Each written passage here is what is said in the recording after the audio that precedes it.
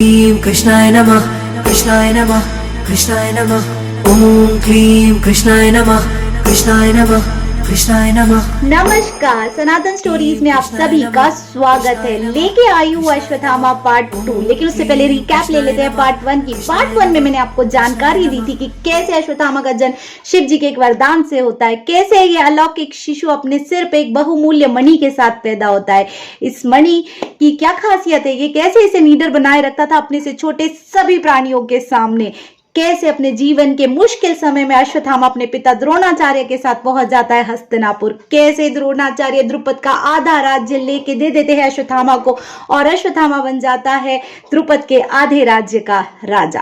तो इतनी जानकारी आपको दी गई थी पार्ट 1 में, लेकिन आज बात करेंगे कि अश्वत्थामा जैसे वीर महान योद्धा को श्राप किसने दिया था, और दिया था तो क्यों दिया था। क्या अश्वत्थामा आज भी जंगलों में भटक रहे हैं, सारी जानकारी लेंगे। लेकिन उससे पहले बात करेंगे महाभारत महाकाव्य की। जी हाँ, जैसे कि मैंने आपको वादा किया था, मैं आज आपको डिटेल्स दूंगी महाभारत महाकाव्य से रिलेटेड। सबसे पहली बात, जो महाभारत महाकाव्य है इसे लिखा गणपति जी ने है। जी हाँ, गणपति जी ने। बहुत लोगों को मिसकंसेप्शन है कि इसे वेद व्यास जी ने रचा है। मैं यहाँ पे क्लियर करूं कि इसे नरेट वेद व्यास जी ने किया है, पर इसे लिखा गणपति जी ने है।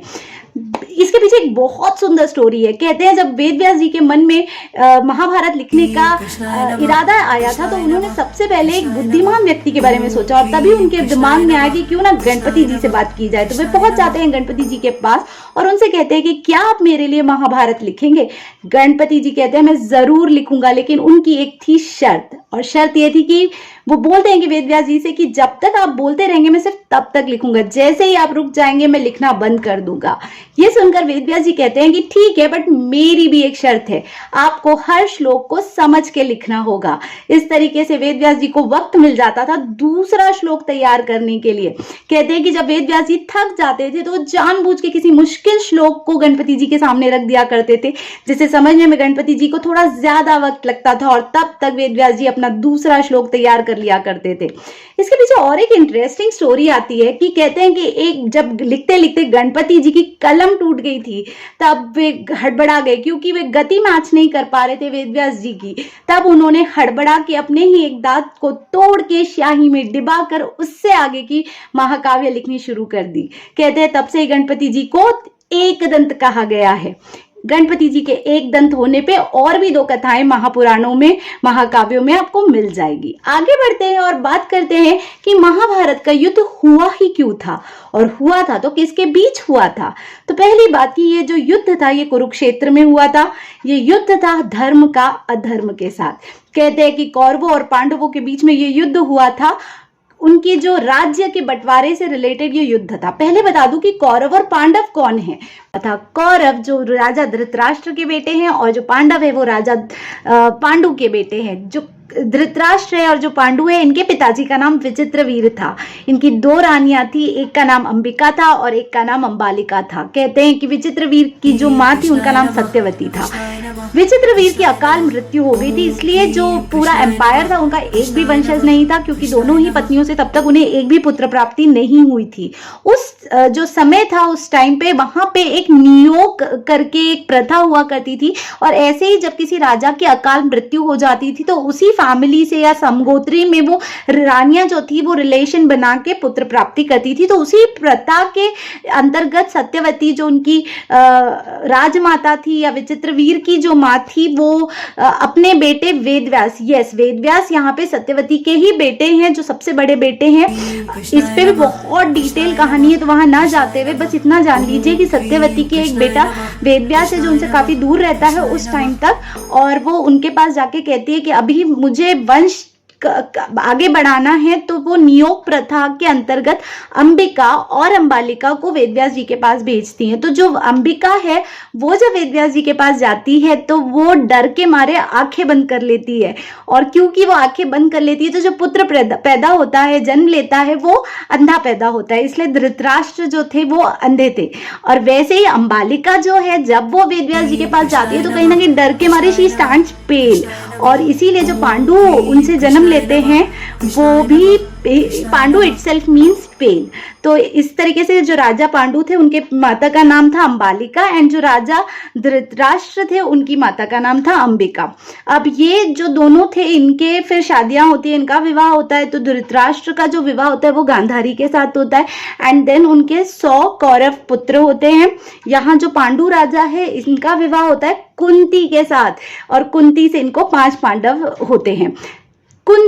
कुंती जो है वो वासुदेव जी की बुआ है, और इस तरीके से वासुदेव जी रिलेट हो जाते हैं 5 पांडवों से, क्योंकि वो उनके बुआ के बेटे होते हैं। अब बात करते हैं कि जब युद्ध डिसाइड हो गया कि अभी युद्ध होना है, तो जो कौरव है और जो पांडव है वो दोनों ही हेल्प लेना चाहते हैं वासुदेव जी से, और इस तरीके से दुर्योधन और जो अर्जुन है वो पहुंच जाते हैं वासुदेव जी के पास। दुर्योधन जाके वासुदेव जी के बाजू में बैठ जाते हैं। उस समय वासुदेव जी सोए हुए होते हैं, वो निद्रा में हुए रहते हैं, तो जो दुर्योधन है वो बिल्कुल बाजू जाके बैठता है। इसी प्रकार जो अर्जुन होता है वो पैर के पास जाके खड़ा हो जाता है। जब वासुदेव जी की निद्रा खुलती है, वो उठते हैं तो वो देखते हैं कि सामने अर्जुन है, तो वो अर्जुन से कहते हैं कहो पार्थ कैसे आना हुआ। तब दुर्योधन अचानक कहता है कि नहीं मैं पहले आया था, तो यू आस्क मी। तो वो बोलते हैं नहीं, मेरी दृष्टि तो पहले अर्जुन पे पड़ी है। अर्जुन बताता है कि मैं युद्ध में आपकी मदद लेने आया हूँ। इसी तरह दुर्योधन भी कहता है कि मुझे आपकी हेल्प चाहिए।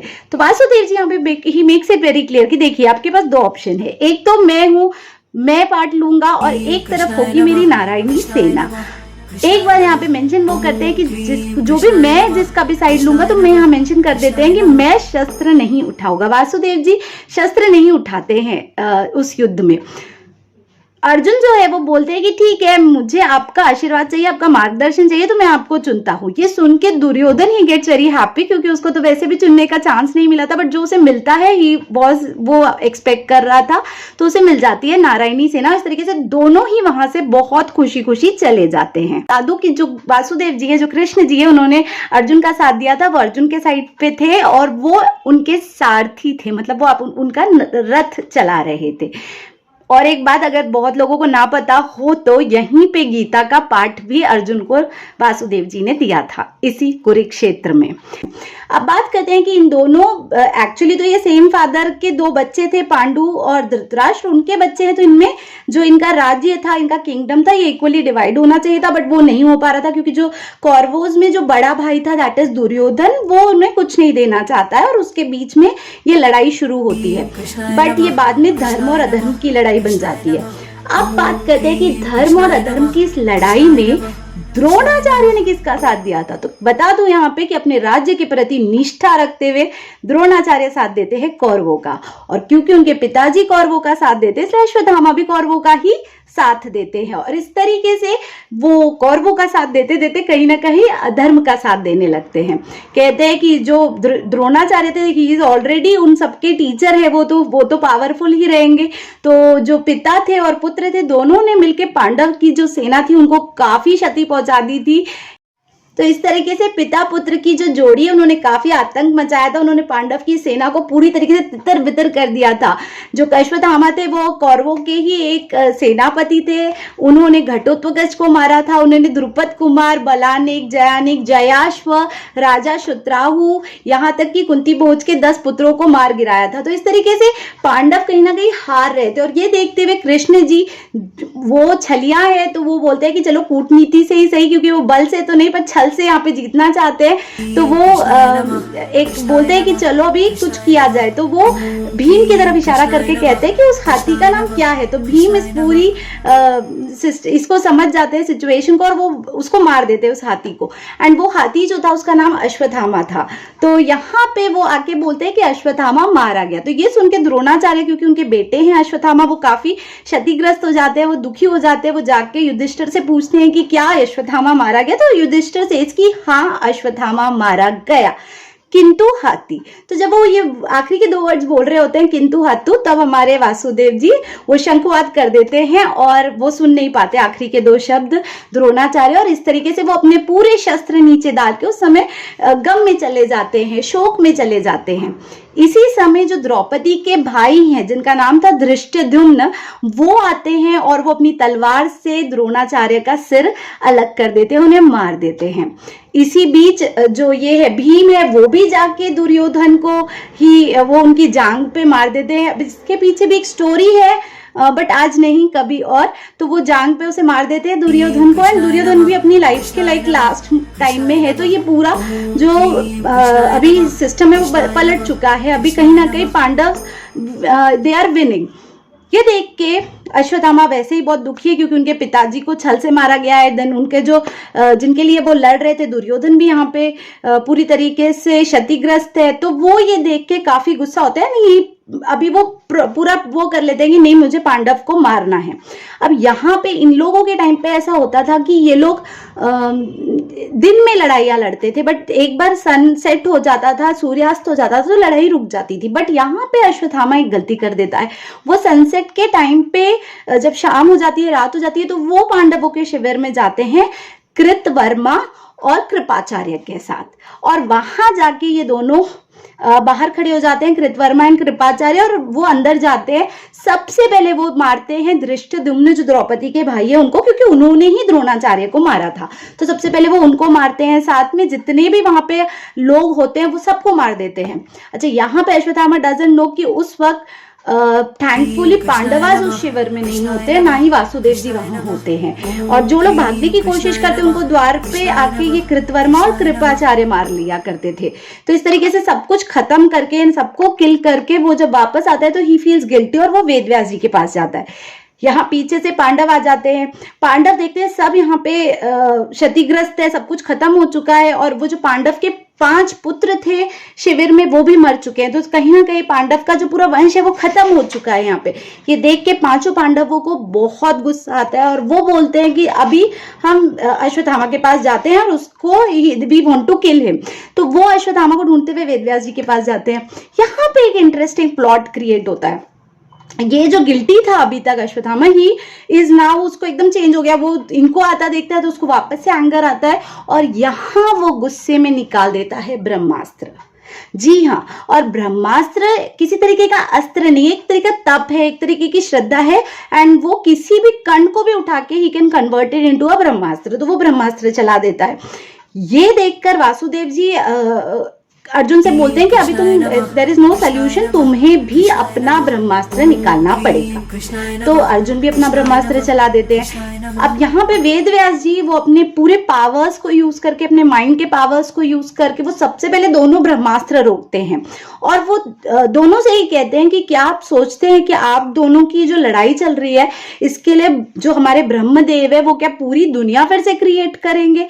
तो आप इमीडिएटली अपने अपने ब्रह्मास्त्र वापस ले लीजिए। तो यहाँ पे Arjun he takes it back, लेकिन Ashwatthama can't take it back because उसके ऊपर शिक्षा ही नहीं है वापस लेने की। तो यहाँ पे थोड़ा सा वेदव्यास जी उनसे गुस्सा भी होता है कि जब तुम्हें वापस लेना नहीं आता था तो तुमने चलाया ही क्यों? तो उसके पास आधी शिक्षा होती है, वो चलाना जानता है पर वापस लेना नहीं जानता है। तो यहाँ पे एज अ सोल्यूशन वेदव्यास जी उनसे कहते हैं कि ठीक है तुम वापस नहीं ले सकते बट इसके अभी दिशा मोड़ दो, आप इसको की निर्वासित जगह भेजो जहां कोई लाइफ ना हो ताकि किसी को क्षति ना पहुंचे। तो यहाँ पे अश्वत्थामा अगेन वो क्रिप्टिक माइंड है तो वो अभी सोचता है कि ठीक है।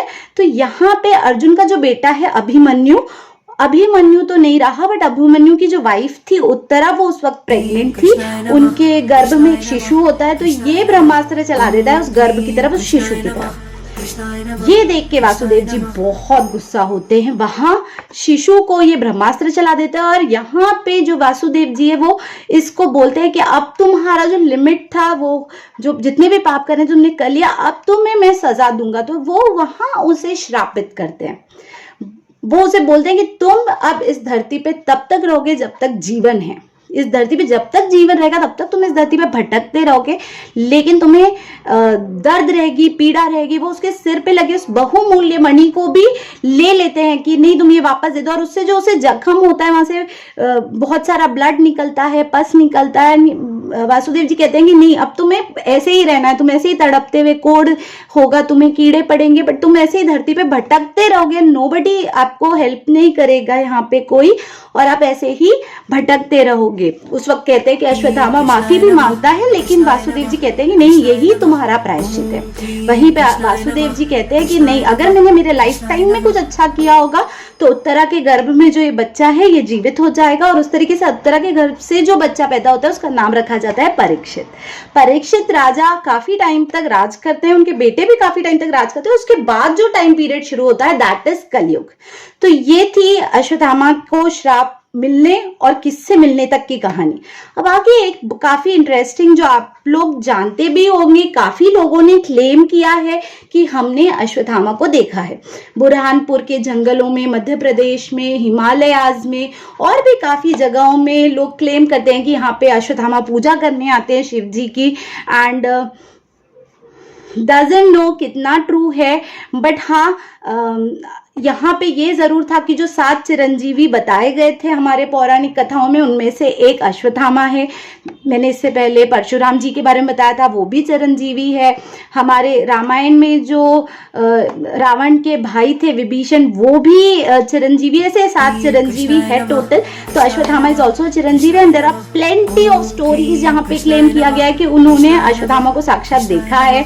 कई डॉक्टर्स ने क्लेम किया है, कहीं पे कुछ जो नर्मदा परिक्रमा करते हैं they also claim it very time की नर्मदा परिक्रमा करते वक्त वेरी ऑफन ये मिल जाते हैं Ashwatthama and he is in lot of pain. वो बहुत दर्द में है और वो लोगों से हेल्प मांगते हैं।